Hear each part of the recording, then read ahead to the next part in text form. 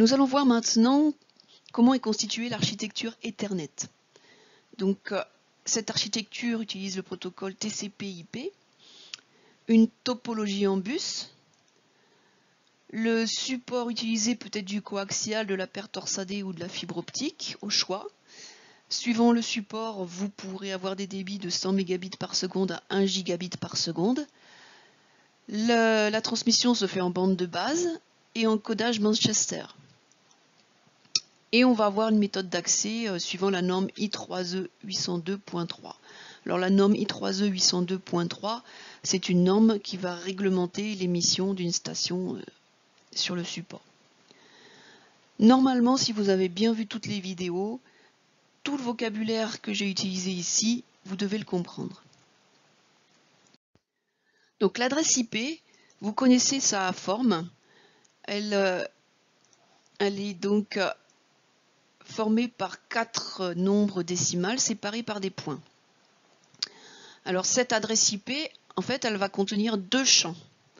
On va avoir un champ qui va être déterminé pour le réseau et un champ qui va identifier la machine.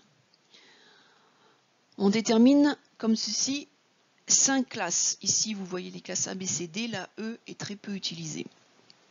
Donc les champs sont délimités ici par les zones bleues pour le réseau et les zones jaunes pour l'hôte.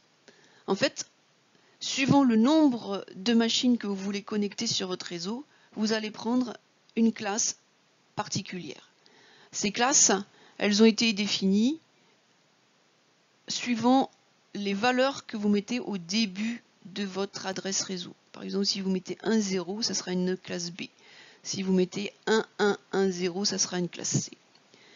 Et suivant donc la taille de la dimension du réseau, vous allez pouvoir mettre plus ou moins d'ordinateurs connectés.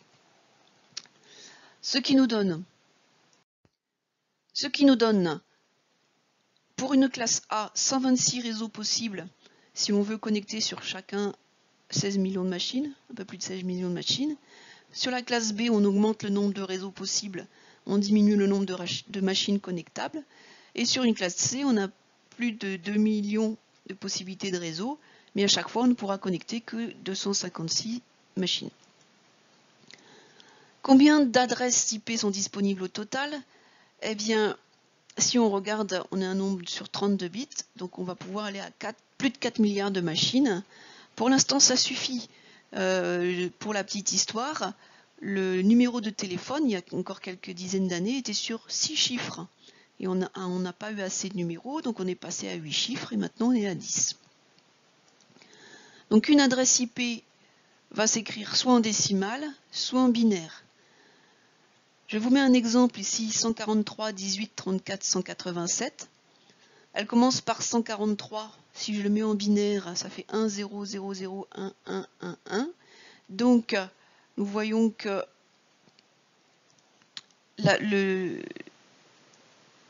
on commence par 1 0.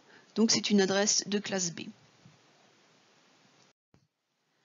Voici un exemple de connexion de réseau.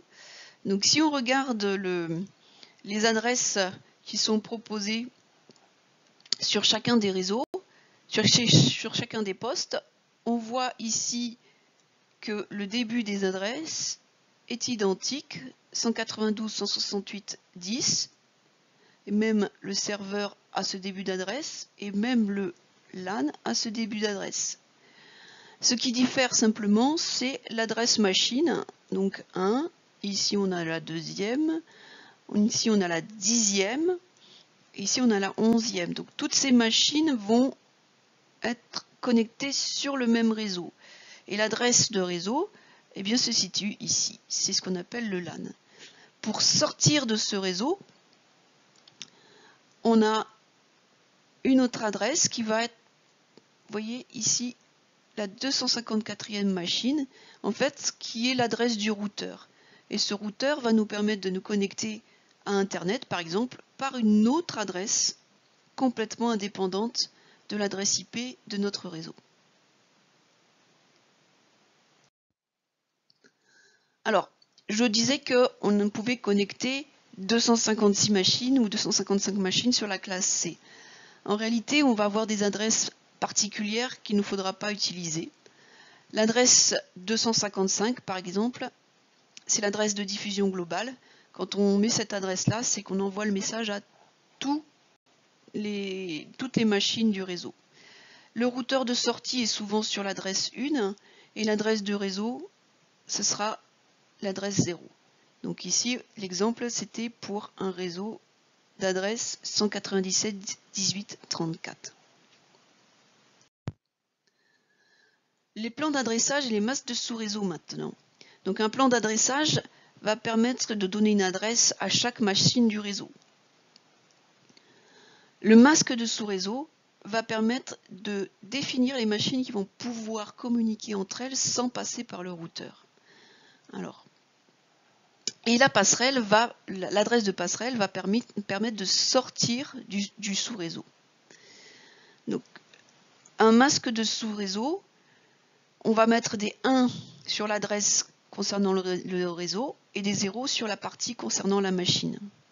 Voilà. Alors, je vous donne un exemple. Une machine qui a pour adresse 192, 168, 125, 147 et on va lui mettre le masque de sous-réseau 255, 255, 255, 0. Je vous ai mis donc l'adresse IP en binaire et le masque de sous-réseau en binaire. Ce qu'on va faire, c'est qu'on va faire une opération logique et entre les deux. Et donc on va retrouver, suite à cette opération, la valeur du réseau, de l'adresse de réseau. Et puis ici, on aura enlevé la valeur de l'adresse de la machine. Si on inverse le masque, c'est-à-dire on met 000 255, on n'aurait eu que l'adresse de la machine. Donc ça va nous permettre de définir l'adresse réseau et l'adresse machine. Donc ici, on avait un réseau de classe C, donc on a mis 3 octets à 1 pour définir l'adresse réseau. Et le 147 va permettre d'identifier la machine.